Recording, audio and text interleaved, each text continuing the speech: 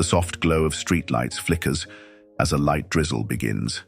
Inside a small, dimly lit apartment, Anna Carter, a woman in her early 30s, sits at a worn kitchen table surrounded by overdue bills.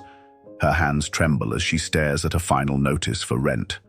The soft sound of a child's laughter echoes from the next room, momentarily breaking her heavy thoughts. Anna stands, peeking into the bedroom where her 7-year-old daughter, Mia, is coloring. The little girl looks up, her innocent smile lighting up the room. "Mommy, look, I drew us a big house with a garden. One day, can we live somewhere like this?" Mia's hopeful voice is like a knife to Anna's heart. She forces a smile. "Of course, sweetheart. One day." She steps away, back to the reality of her empty fridge and piles of unpaid bills. A calendar on the wall shows today's date circled in red with the words, "Final paycheck." Anna, walking briskly through the rain, her thin jacket offering little protection, she clutches an envelope in her hand as she approaches a rundown office building. Inside, her boss at the small assisted living facility hands her a check, his face full of regret. "I'm sorry, Anna, budget cuts. We had no choice." Anna's voice shakes as she replies, "What am I supposed to do? I have a child to feed." Anna walking back home, rain soaking her hair as she scrolls job listings on her old phone. Suddenly, a particular ad catches her eye. Live-in caregiver needed for reclusive employer. High salary, immediate start. Her expression is a mix of desperation and determination as she clicks apply. That night, after tucking Mia into bed, Anna sits at the same table staring at her phone. The screen lights up with an email. Interview confirmed. Blackwood Mountain Estate. Tomorrow, 9 a.m. The tension rises as Anna glances back at her sleeping daughter, whispering, "For you, Mia, I'll make this work." What would you sacrifice for the ones you love? Stay tuned to find out how Anna's journey changes her life forever. Don't forget to like, share, and subscribe for more gripping stories that touch your heart. Comment below. What would you do in Anna's situation? The next morning, Anna Carter stood outside the towering iron gates of Blackwood Mountain Estate, her worn navy blazer clinging to her from the chill in the air. She adjusted her bag nervously and glanced at her phone one last time. "Don't be late," the email had said. The estate's grandeur felt overwhelming. Its meticulously manicured gardens stretched far beyond what she could see, and the sprawling mansion behind the gates looked like something out of a fairy tale. As she pressed the intercom button, a calm, professional voice greeted her. "Blackwood Estate. How can I help you?" Anna cleared her throat, trying to sound composed. "I'm Anna Carter.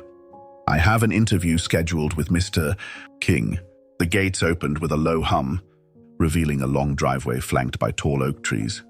A sense of unease crept over her as she walked, the estate's silence almost deafening compared to the bustling city she had left behind. Inside the mansion, Martha, the housekeeper, greeted her with a polite but guarded demeanor. "Mr. King is waiting for you in the study," she said, leading Anna through a series of grand hallways. The walls were adorned with expensive paintings and antique decor, yet the air carried a strange stillness. Before they entered, Martha paused. "A word of advice, Mr. King values professionalism and despises pity. Stick to his instructions, and you'll do just fine." Anna nodded, clutching her bag tightly. "Thank you. I'll remember that." The study door opened, and Anna's breath caught as she stepped inside.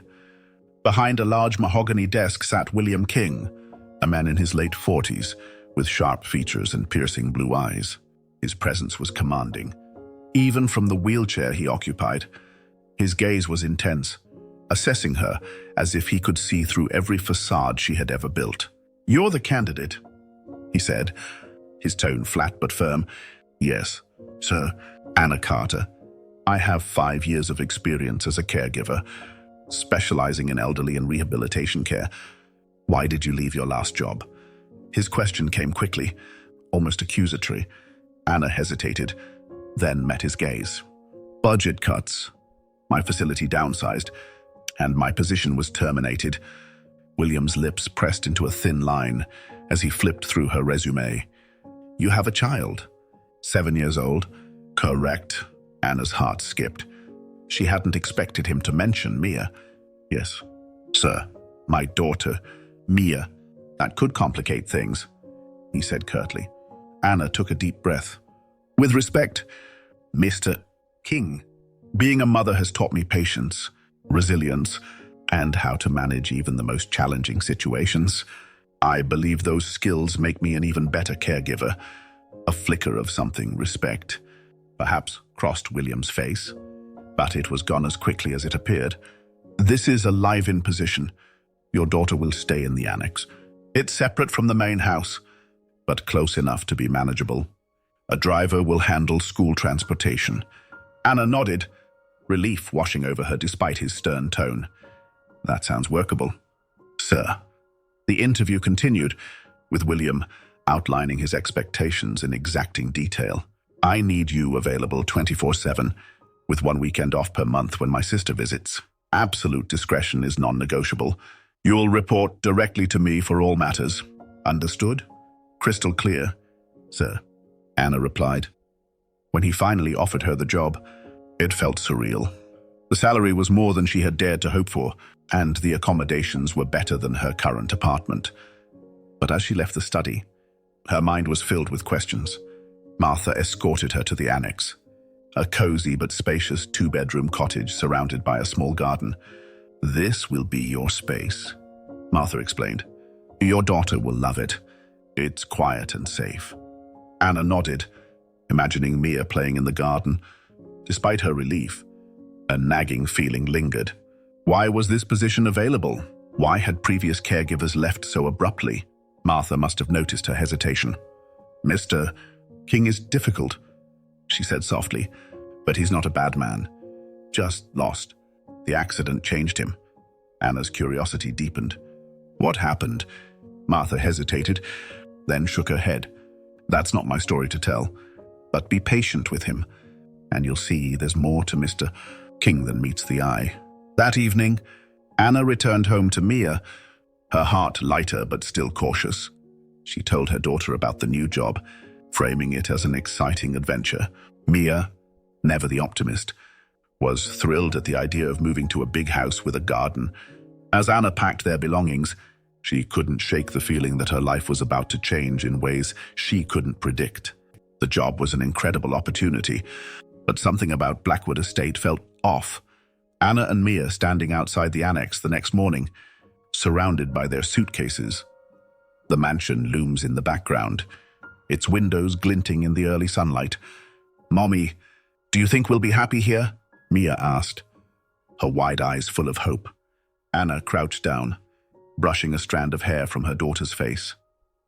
I don't know, sweetheart, but I'll do everything I can to make sure we are. Anna Carter's first day at Blackwood Mountain Estate began before sunrise. The annex was quiet, except for the sound of her daughter, Mia, breathing softly in the next room. Anna unpacked their few belongings and took a moment to look out the window toward the mansion. Its grandeur was undeniable, but its looming silhouette seemed to carry an air of mystery, of secrets waiting to be uncovered. At precisely 6:30 a.m., Martha, the housekeeper, knocked on the annex door. Good morning, Ms. Carter. Mr. King expects breakfast on the balcony at 7 sharp. He values punctuality. A minute late is a minute wasted. In his opinion, Anna nodded, her nerves already on edge. She had dealt with difficult patients before, but something about William King was different. He was a man who had lost more than his ability to walk. He had lost his trust in the world. At 7 a.m., Anna entered William's room, her tray steady despite her shaking hands. William was already awake, sitting in his wheelchair by the window. Without turning to face her, he said, "You're late." Anna glanced at the clock. It was 7:01. "I'm sorry. Mr. King, I'll ensure it doesn't happen again." "It better not," he replied coldly, motioning for her to place the tray on the table near the window. As Anna prepared the table, she noticed the room's meticulous organization. Books were arranged alphabetically, and every item seemed to have a specific place. The room's orderliness contrasted sharply with the man's stormy demeanor. While he sipped his coffee, William barely touched the food. Instead, his piercing blue eyes scanned the horizon, his expression unreadable. "Anything else you need, Mr. King?" Anna asked cautiously. He turned to her, his tone sharp. "Yes. Competence. Can you manage that, Ms. Carter?" Anna bit her tongue, reminding herself why she was here. "For Mia." "Of course, sir." By mid-morning, Anna was tasked with cleaning the study, while William attended a virtual business meeting. As she dusted the shelves, she noticed something strange. A series of locked cabinets and a drawer that had clearly been forced open at some point. The marks on the wood were fresh. Martha passed by and noticed Anna's lingering gaze. "Curious, aren't you?" she said softly. "Not really," Anna lied. Moving away from the drawer, Martha chuckled. "You'll learn quickly that curiosity doesn't end well here. Mr. King values his privacy above all else. The last person who pried didn't last a week." Anna nodded, but the words stuck with her. What was William hiding? That afternoon, while Anna was busy organizing William's medications, Mia explored the garden surrounding the annex. Her laughter filled the air as she ran between the trees, but her curiosity soon led her toward the main house. Inside an overgrown hedge, Mia found a rusted gate leading to a smaller, hidden building on the estate grounds. The building was locked, but through the dirty windows, she could make out faded furniture and what looked like old photographs scattered across the floor. "Mia?" Anna's voice called from a distance. Startled, Mia ran back to the annex, deciding to keep her discovery a secret, for now. Over the next few days, William's demands became increasingly challenging. He was exacting to the point of obsession. One morning, he scolded Anna for folding his shirts incorrectly, and another time, he dismissed her entirely when she suggested he take a break from his rigorous work schedule. "You're not here to think, Miss Carter. You're here to follow instructions," he said curtly. Despite his harshness, Anna noticed moments of vulnerability. One evening, as she helped him transfer to bed, she saw his hands trembling. When she asked if he was in pain, he snapped, "Don't pity me. I don't need your sympathy." But it wasn't pity Anna felt, it was something deeper. Behind his sharp words and icy demeanor was a man haunted by something he refused to share. On her 5th day, the calm routine of the estate was shattered by the arrival of an unannounced visitor. A black SUV pulled up to the front entrance, and a man in his late 40s stepped out. He was tall, with an air of authority, and carried a leather briefcase. "Who's that?" Anna whispered to Martha, who was peeking from the kitchen window. "That's Jonathan King, Mr. King's cousin," Martha replied, her voice low. "He's trouble." Jonathan entered the mansion without knocking, his voice carrying through the halls. "William, it's been too long." William's reply was barely audible, but the tension between the two men was palpable. Anna listened from the hallway as their conversation grew heated. "You're wasting your life here, hiding like a coward," Jonathan accused. "And you're wasting mine by showing up uninvited," William shot back. Anna's heart raced as she realized she was eavesdropping. She quickly retreated to the annex, but the argument stayed with her. Who was Jonathan? And why did his presence unsettle William so much? That night, as Anna prepared to go to bed, she found a note slipped under her door. The paper was old, and the handwriting unfamiliar. It read, "Be careful who you trust. Not everything here is as it seems." Anna's blood ran cold. Was this a warning about William? Or Jonathan? Or someone else entirely? She glanced toward Mia's room, her protective instincts kicking in. Whoever had left the note knew where they lived. In the following days, Anna began noticing strange things around the estate. Doors she had closed were left ajar, lights flickered in empty rooms. And once, she heard faint whispers echoing down the hallways. When she mentioned it to Martha, the housekeeper's expression darkened. "This house has seen its fair share of tragedies," Martha said cryptically. "The walls hold secrets." One evening, While Mia played in the garden, Anna caught a shadow moving in the windows of the locked building Mia had discovered. When she asked William about it, his response was curt. "Stay out of places you don't belong."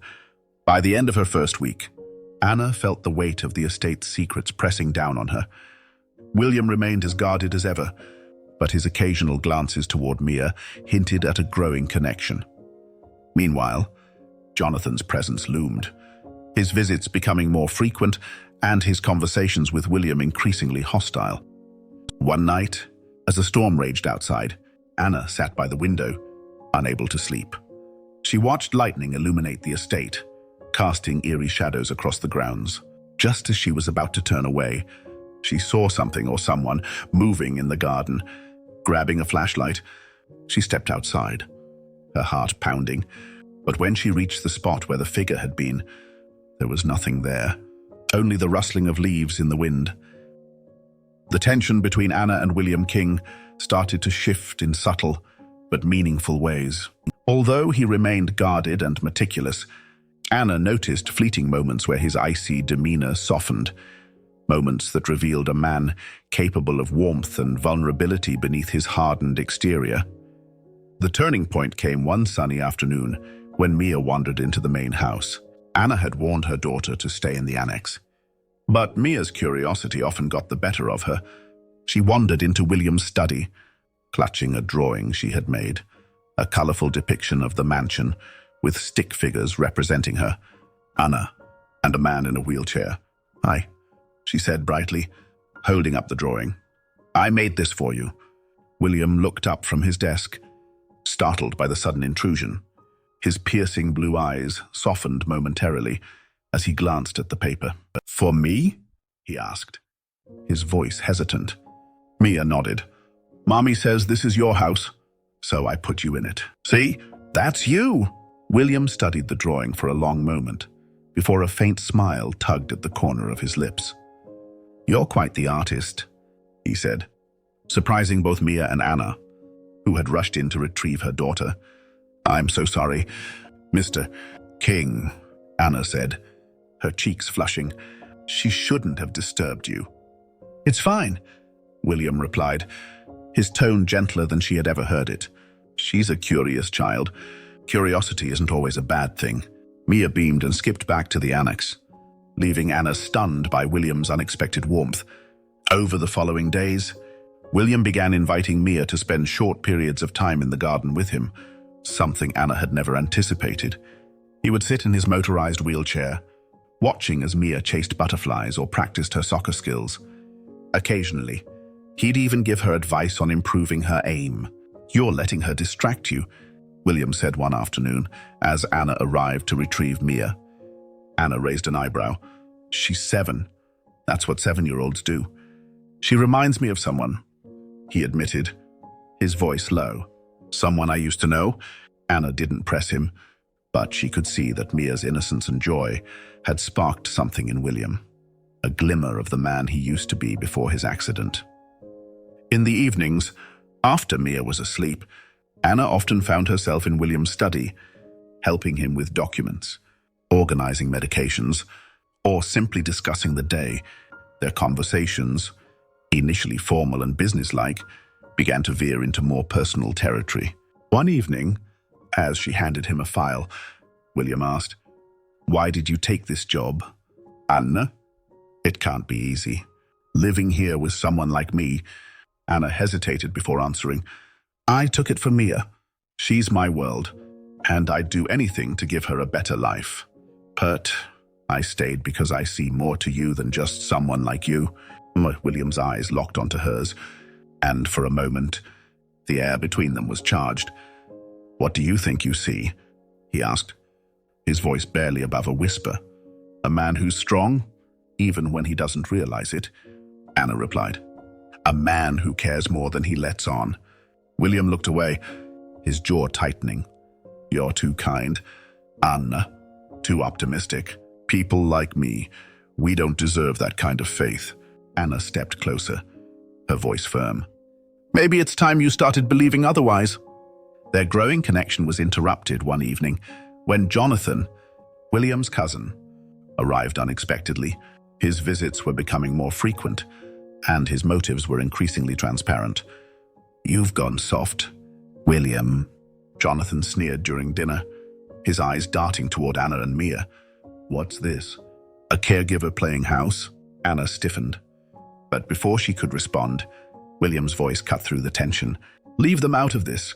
Jonathan, your opinions are neither wanted nor relevant." Jonathan smirked. "Fine, but don't say I didn't warn you. Sentimentality has no place in our world. It makes you weak." After Jonathan left, Anna found William in the study, staring out the window with a stormy expression. She approached cautiously. "Are you okay?" He shook his head, his voice tinged with bitterness. "Jonathan's right about one thing. Sentimentality makes you vulnerable, and vulnerability gets you hurt. Or it makes you human," Anna countered. "It's not weakness, William. It's strength." One evening, while organizing files in the study, Anna stumbled upon an old photograph tucked into a drawer. It showed William standing next to a younger man, both laughing with carefree expressions. "That's my brother, David," William said from the doorway, startling her. "We were close once, until I failed him." Anna hesitated. "What happened?" William wheeled himself closer, his face clouded with emotion. "The accident. It wasn't just me who suffered. David didn't make it, and it was my fault. I was reckless, overconfident. I thought I could handle anything, and I was wrong." Anna placed a hand on his, her touch light but steady. "You've been carrying this alone, haven't you?" He nodded, his voice breaking. "Every day. I don't deserve forgiveness, Anna. Not from him, not from anyone." "You're wrong," she said softly. "You're punishing yourself for something you can't change. Maybe it's time to start living for what you still have." One stormy night, the mansion lost power. Mia, terrified of the thunder, clung to Anna as they made their way to William's study, where a backup generator kept the lights on. William surprised Anna by inviting Mia to sit with him, telling her stories of how his father used to explain thunderstorms as clouds bowling in the sky. Mia laughed through her tears, the fear slowly leaving her. After Mia fell asleep on the couch, Anna turned to William. "You're good with her," she said. "She trusts you." "I don't know why," William replied, his tone tinged with self-doubt. "Because she sees what I see," Anna said. "Her man who's worth knowing." William met her gaze, his eyes searching hers. "Anna, I don't deserve this. I don't deserve you." Anna stepped closer, her voice steady. "Maybe it's not about what you think you deserve. Maybe it's about what you're willing to fight for."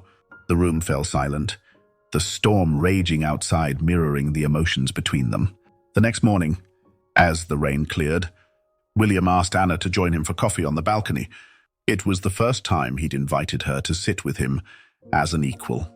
As they sipped their drinks, watching the sunrise over the estate, William turned to her.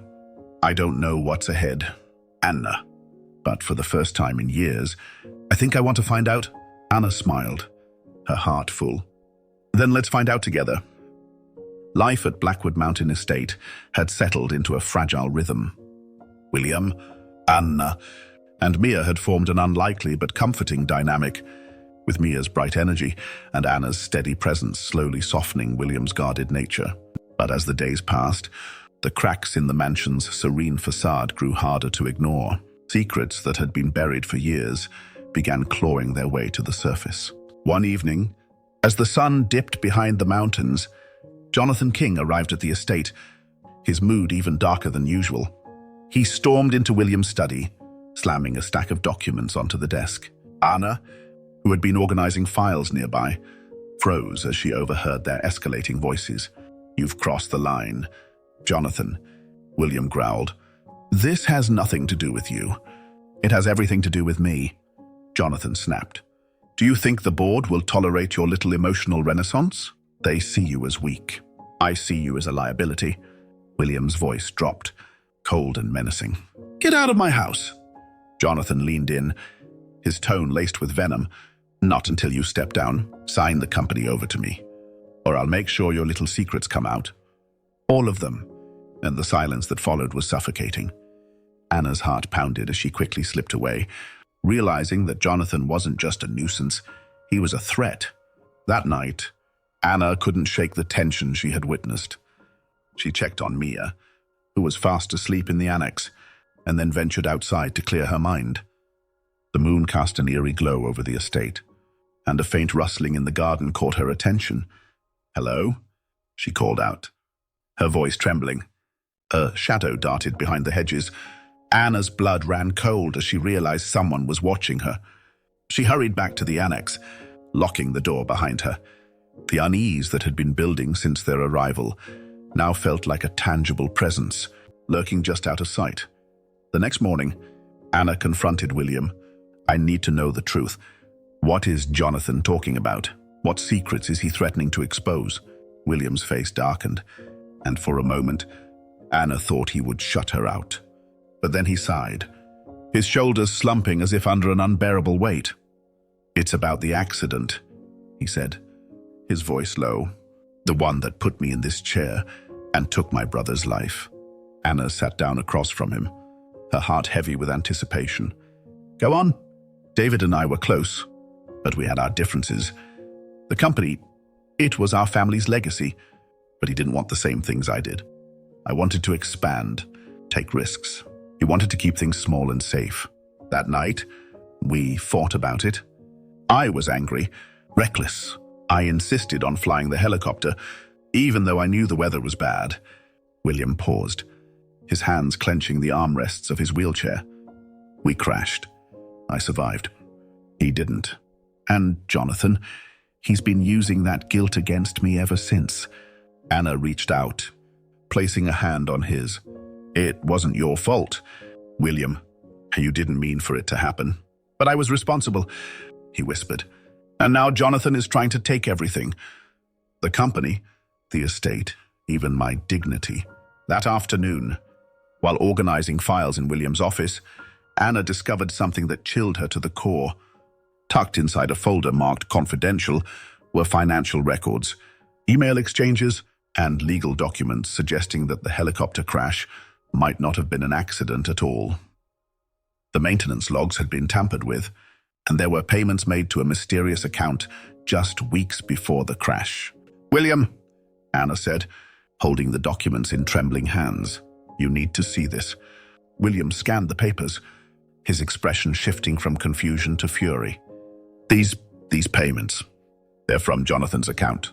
The realization hit them both at the same time. "He sabotaged the helicopter," Anna whispered. "He wanted you out of the picture."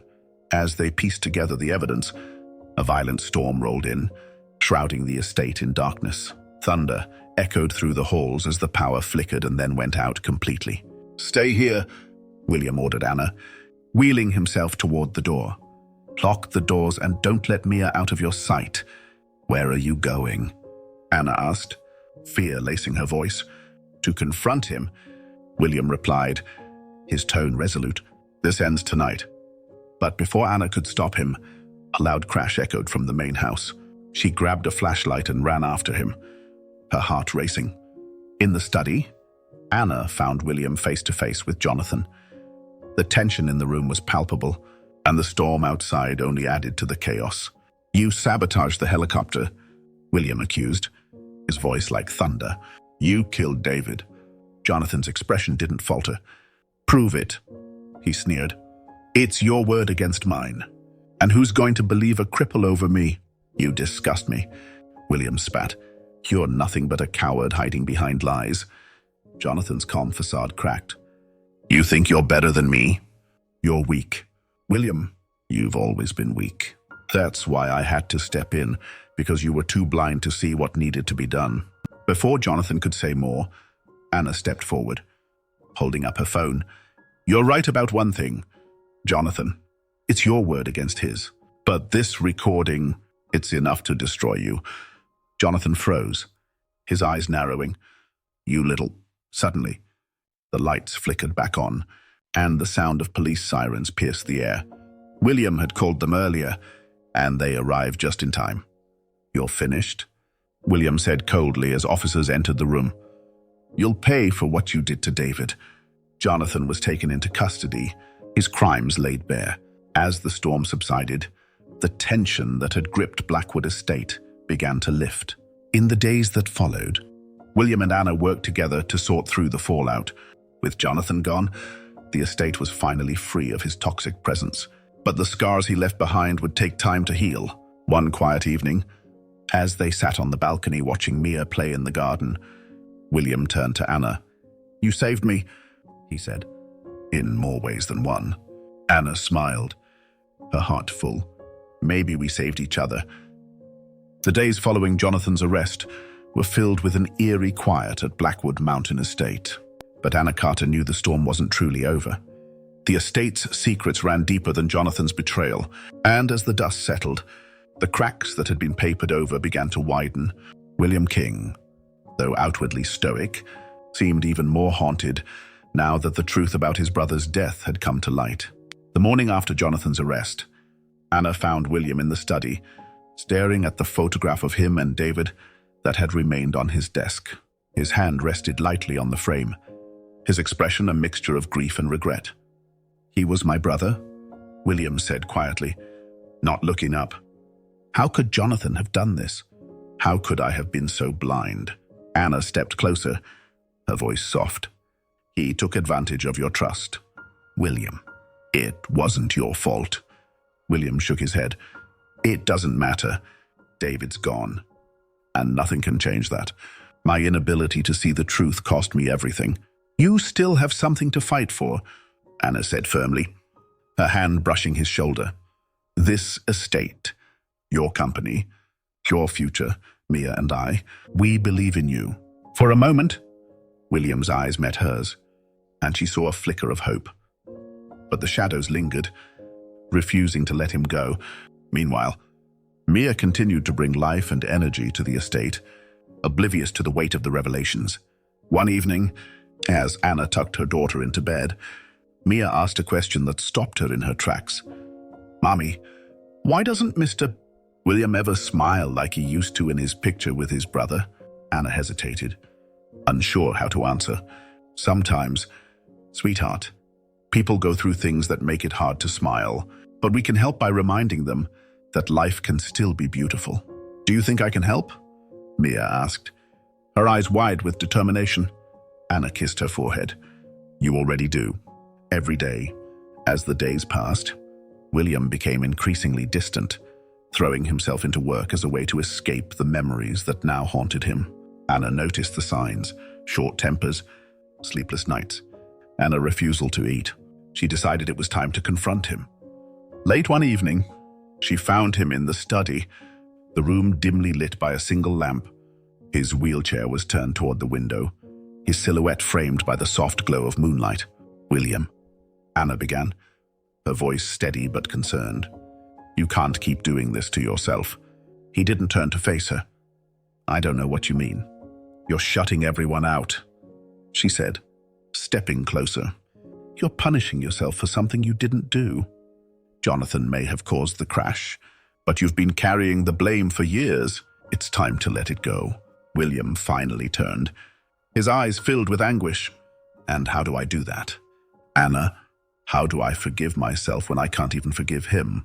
"By living," Anna said firmly. "By proving that David's death wasn't in vain.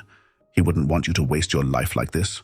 Her words seemed to strike a chord, but William remained silent, his jaw tight with emotion, as if fate had a cruel sense of timing. The calm was shattered once again when a new threat emerged. Late one night, a shadowy figure was spotted on the estate grounds. The security system triggered an alarm, and Anna, startled awake, rushed to check on Mia. "Stay here," she told her daughter, locking the annex door behind her as she hurried toward the main house. In the mansion, she found William wheeling himself into the hallway, his expression grim. "What's going on?" he demanded. "The security team spotted someone near the west wing," Martha explained, her voice shaking. Before anyone could stop him, William insisted on confronting the intruder himself.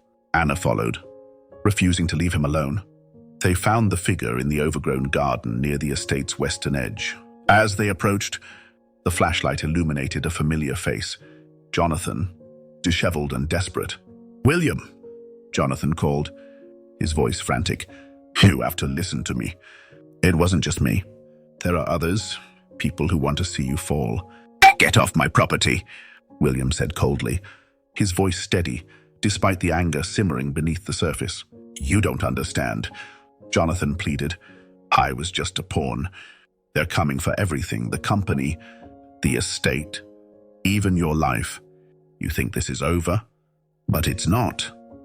Before William could respond, security guards arrived, restraining Jonathan as he continued to shout warnings. The next day, William and Anna went through the files Jonathan had left behind in his desperation. Among them were names, accounts, and correspondence suggesting a larger conspiracy, one that implicated high-ranking members of the company's board.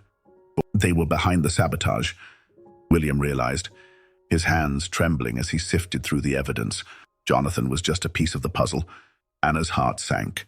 "What are you going to do?"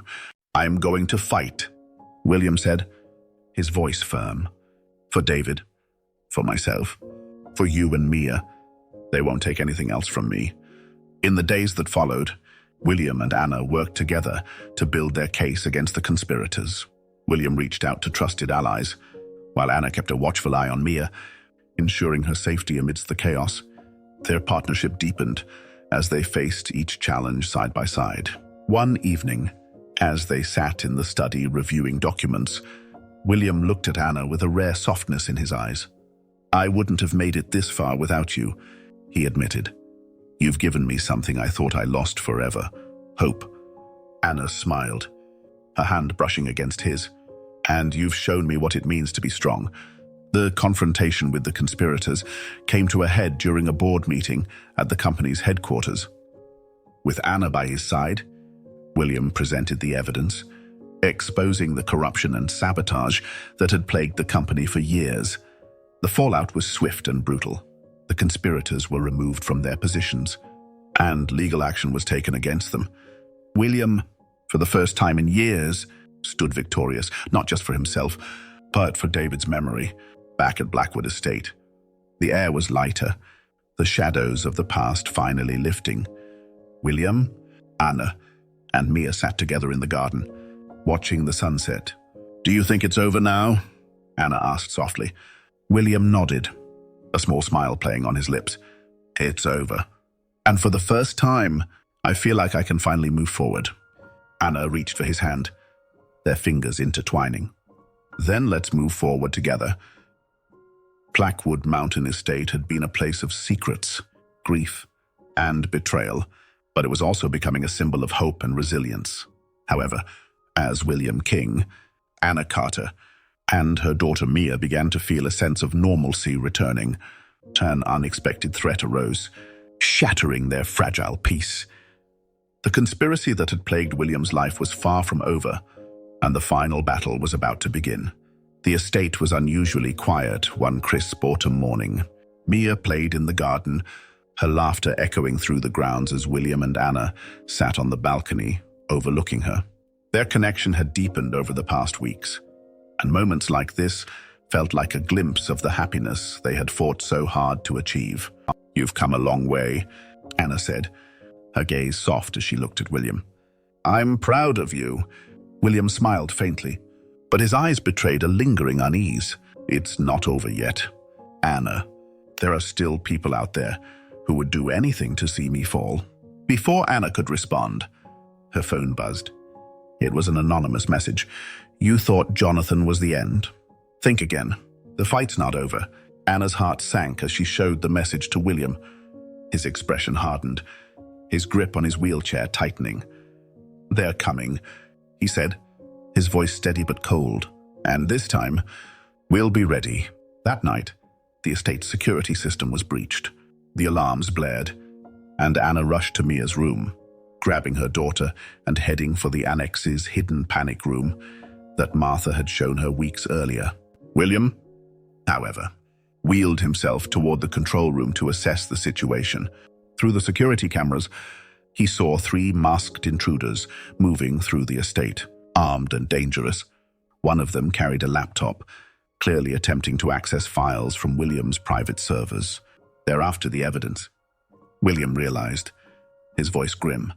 The documents exposing the full extent of the conspiracy had been stored in his system since the board meeting, but now they were at risk of falling into the wrong hands. From the panic room, Anna called William's phone. "You need to get to safety," she urged. "They're armed, and you're not in a position to confront them." William's voice was calm but firm. "If they get what they came for, none of us will be safe. I won't let them win." Anna made a decision that would change everything. "Then I'm coming to help." "No, Anna," William said sharply. "Stay with Mia." "I'm not letting you face this alone," she replied, her determination unshakable. "Mia's safe here. I'm coming." Leaving Mia in the locked panic room, Anna made her way to the main house. Her heart pounded as she navigated the dark halls, listening for any sign of the intruders. The final confrontation unfolded in William's study, where the intruders had set up their makeshift operation. One of them was hunched over the desk, downloading files onto a portable drive, while the others stood guard. William entered the room, his presence commanding despite his wheelchair. "You're trespassing," he said coldly. "I suggest you leave before the police arrive." The leader of the group turned, his face hidden behind a mask. "You think we care about the police?" he sneered. "We've come too far to stop now. Hand over the access codes, or we'll take them from you." William's jaw tightened, but he didn't respond. Before the intruders could advance, Anna appeared in the doorway, holding a heavy fire extinguisher. Without hesitation, she swung it at the nearest man, knocking him off balance. Chaos erupted. William used his wheelchair's motorized speed to slam into the desk, scattering the laptop and disrupting the download. The leader lunged at Anna, but she dodged, grabbing a chair and using it as a makeshift shield. Back in the panic room, Mia watched the security cameras, her small hands trembling as she saw her mother and William fighting for their lives. Though she was terrified, she remembered the hidden intercom system Martha had shown her. Pressing the button, Mia's voice rang out through the estate. "The police are on their way." "You'd better run!" The distraction gave Anna the opening she needed. She swung the chair again, hitting the leader square in the chest, sending him crashing into the bookshelf. William, meanwhile, grabbed the laptop and wheeled himself toward the door. "We need to get out of here," Anna yelled, grabbing William's arm as the intruders scrambled to recover. As Anna and William made their escape, the intruders pursued them through the dark halls of the mansion. The tension was palpable, each step echoing like a drumbeat. Anna spotted a hidden passage Martha had once shown her and quickly led William through it. The passage opened into the garden, where they found Mia waiting, clutching a flashlight. "I called the police." "Mommy," she said, her voice trembling but brave. "You did great, sweetheart," Anna said, pulling her daughter into a tight hug. Moments later, the estate was flooded with flashing blue and red lights as the police arrived. The intruders, disoriented and cornered, were quickly apprehended. William handed the laptop to the officers, ensuring the evidence remained secure. As the chaos subsided, Anna, William, and Mia stood together in the garden, their breaths visible in the cold night air. "You were incredible," William said to Anna, his voice filled with gratitude. "So were you," Anna replied, placing a hand on his shoulder. "We make a good team." The next day, as the sun rose over Blackwood Mountain Estate, the weight of the night's events began to lift. William called a meeting with his security team, determined to fortify the estate and ensure such an attack could never happen again. Anna, meanwhile, focused on helping Mia process the ordeal. "You were so brave," as she told her daughter. "I'm so proud of you." "Does this mean it's all over?" Mia asked. Anna glanced at William, who was watching them from across the room. "I think it's just the beginning of something new."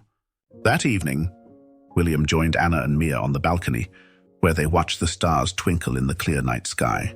"I've spent so long hiding from the world," William said, his voice soft. "But you two have shown me that there's still something worth fighting for." Anna smiled, her hand reaching for his. You've fought harder than anyone I've ever known, and we'll keep fighting together. Mia leaned against William's armrest, her small hand resting on his. You're part of our family now, Mr. William. We'll take care of you too. William's eyes glistened with emotion as he looked at Anna and Mia. For the first time in years, he felt a sense of peace, a sense of belonging. Blackwood Mountain Estate was no longer a place of sorrow and secrets. In the aftermath of the harrowing showdown, William King, Anna Carter, and her daughter Mia found themselves at a turning point. The battles they had fought, both external and internal, had left scars, but they also brought a renewed sense of purpose and unity. Weeks after the intruders were apprehended, life at the estate began to settle into a new rhythm. William, once burdened by guilt and solitude, had begun to reclaim his role not only as a leader, but as a member of a family. One morning, Anna found him in the garden, watching Mia chase butterflies. His wheelchair was positioned near a rose bush that had just begun to bloom. She reminds me of what I lost, William said softly as Anna approached. But more importantly, she reminds me of what I've gained. You've gained us, Anna replied, placing a hand on his shoulder. And we're not going anywhere. Determined to ensure that no one could ever harm his family or legacy again, William made a bold announcement during a meeting with his legal and business advisors. I'm stepping back from the day-to-day operations of the company, he said, his voice resolute. I've spent too long consumed by it. It's time to focus on what really matters. The room was stunned, but William's tone left no room for debate. He had already appointed a trusted CEO to handle the company's operations, allowing him to dedicate his time to rebuilding his life and relationships. Later, he explained his decision to Anna. For so long, I thought power and control were everything, but now I see that true strength comes from the people who stand by you. Anna smiled, her heart swelling with pride. And we'll stand by you, no matter what. One sunny afternoon, William, Anna, and Mia gathered in the newly restored soccer field. It had become Mia's favorite place on the estate, a symbol of the happiness they had cultivated together. Mommy, look, Mia called out, kicking a ball toward William. I'm getting better, William laughed, a sound Anna realized she hadn't heard often enough. You're a natural, Mia, but don't think I'll go easy on you just because I'm the referee. Anna watched the two of them with tears in her eyes. The man who had once been so closed off was now embracing life with open arms, all because he had chosen to let love in honor of his brother David. William and Anna co-founded the King Carter Foundation, an organization dedicated to providing support and rehabilitation for individuals with disabilities. It was a project close to both their hearts, and it gave them a shared purpose beyond the estate. The foundation's launch event was a grand affair, attended by prominent figures in the business world, as well as families who had benefited from its programs. William gave a heartfelt speech, his voice steady as he shared his story of loss, redemption, and hope. This foundation is about more than just giving back, he said. It's about building a world where no one feels alone in their struggles, a world where every life is valued and every challenge is met with resilience. Anna stood beside him, her hand resting lightly on his arm. Together, they represented the strength of perseverance and the beauty of a second chance. As the seasons changed, so did life at Blackwood Mountain Estate. The annex, once a small and isolated space, had been expanded to blend seamlessly with the main house. It was now a vibrant home filled with laughter, warmth, and love. One evening, as the sun set over the mountains, William, Anna, and Mia sat together on the balcony. The horizon was painted in hues of gold and pink, a fitting backdrop for their newfound peace. Do you ever think about what's next? Anna asked, her voice gentle. William smiled, his gaze fixed on Mia, who was busy sketching a new drawing. I think about it every day, and for the first time in years, I'm not afraid of it. Anna leaned into him, their hands intertwined. Whatever comes, we'll face it together. Children's laughter echoes faintly from the soccer field, and the sound of piano music drifts from the open windows of the house. What did you think of William, Anna, and Mia's journey? If you've ever faced challenges that tested your strength, we'd love to hear your story in the comments below. What would you do if you were in Anna's shoes? Would you take the job, risk everything for love, or walk away? Let us know. Don't forget to like this video, share it with friends who love inspiring stories, and subscribe to our channel for more gripping tales of hope and redemption. Stay tuned for the next story, coming soon.